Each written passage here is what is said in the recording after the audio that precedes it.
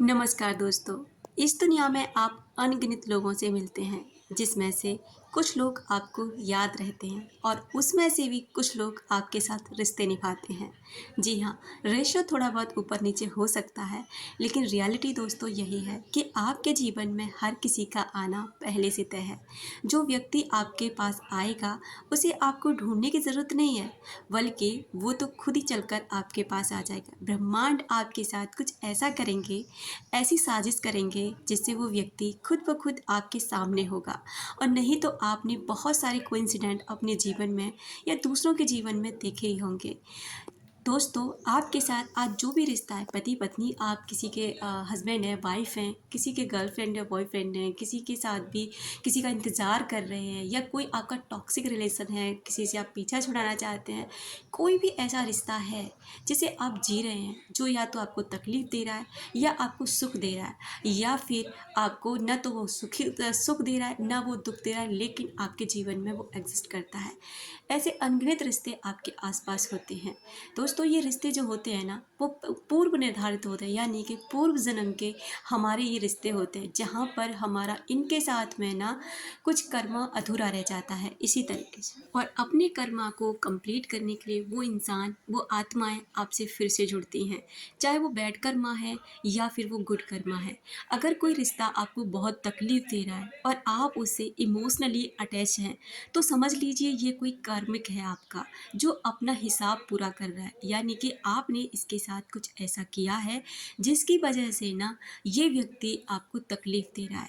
और कोई व्यक्ति होता है जो आप उसे इतना प्यार भी नहीं करते, उसके लिए कुछ एफर्ट्स भी नहीं लगाते, बहुत ज़्यादा लेकिन टाइट या वो बहुत ज़्यादा व्यक्ति ढीले आपको कपड़े पहनने से बचें। अनकंडीशनल लव करता है। वो इंसान आपको न चाह कर भी ना, आप चाहते नहीं लेकिन वो फिर भी आपके लिए बहुत कुछ करता है। वो रिश्ता ऐसा होता है कि इसके लिए आपने पिछले जन्म में कुछ किया है, जिसका ये आपको अपना चुका रहा है प्यार के रूप में। दोस्तों, यहाँ हर रिश्ता पहले से तय है। बहुत से लोग कहते हैं हम लव मैरिज करते हैं या अरेंज मैरिज करते हैं। देखो, शादी आपकी उसी व्यक्ति से होनी है जिससे आपकी निर्धारित कर दी गई है, चाहे वो लव के थ्रू हो जाए, चाहे वो अरेंज के थ्रू हो जाए, लेकिन होगा वही जो आपका पार्टनर पहले से तय होगा। आपने अक्सर देखा होगा कि बारात द्वारे पे आकर के तक लौट जाती हैं, वहीं पर एक अनजान व्यक्ति से शादी कर दी जाती है। बहुत सारे केस मैंने अपने जीवन में ऐसे सुने हैं कि एक लड़की की बारात आई और लड़के ने शादी पर ठीक फेरे से पहले मना कर दिया, और वहीं बारात में से किसी लड़के को पकड़ के उसकी शादी कर दी गई। या फिर लड़की ने मना कर दिया, लड़का बारात लेकर आया, या तो बारात लेके वापस लौट गया, या गांव की किसी दूसरी लड़की से अरेंज मतलब उसकी तत्काल में शादी कर दी गई। क्यों ये ऐसा क्यों हुआ? हमें लगता है कि ऐसा इस वजह से हुआ कि इसमें ये ऐप था, इसने ये गलती करी। नहीं दोस्तों, ये चीज़ थी ही ऐसे, होनी ही उस व्यक्ति के द्वारा, क्योंकि सबके कर्म ना एक दूसरे से बंधे हुए हैं। उसको दुख मिलना था, दुख की बजाय उस व्यक्ति से उसका जुड़ना लिखा था। और ठीक उसी तरह से आप अपने जीवन में उन व्यक्तियों से जुड़ जाते हैं जिनसे भी आप जुड़ना चाहते हैं, या फिर जो व्यक्ति आपके जीवन में आना चाहते हैं। यानी आप रिश्ते के मामले कुछ भी नहीं कर सकते। अगर कोई ऐसा कर्मा रिश्ता है आपका जो आपको बहुत तकलीफ देता है, आपका हस्बैंड या वाइफ है, इसको आप बदल नहीं सकते, छोड़ नहीं सकते, तो इससे आप माफ़ी मांग सकते हैं। आप अपनी हीलिंग कर सकते हैं, अपनी भी और इस व्यक्ति की भी।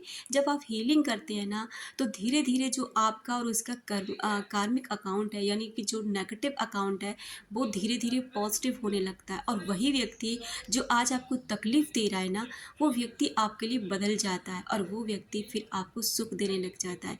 ये होता इसलिए है कि जो गलतियां आपने उसके साथ की थी, जो दर्द आपने उसे किसी जन्म में दिया था, वो दर्द आपको वापस मिल रहा है उस व्यक्ति के द्वारा। वो आपके पास आएगा। यानी कि पूर्व जन्म के जो रिश्ते होते हैं ना, हमें ढूंढ लेते हैं किसी न किसी रूप में, चाहे वो आपके पास आपके पापा या मम्मी, बहन या भाई, हस्बैंड या बॉयफ्रेंड, या फिर गर्लफ्रेंड, या फिर पत्नी, या किसी के भी रूप में वो आपसे जुड़ेंगे।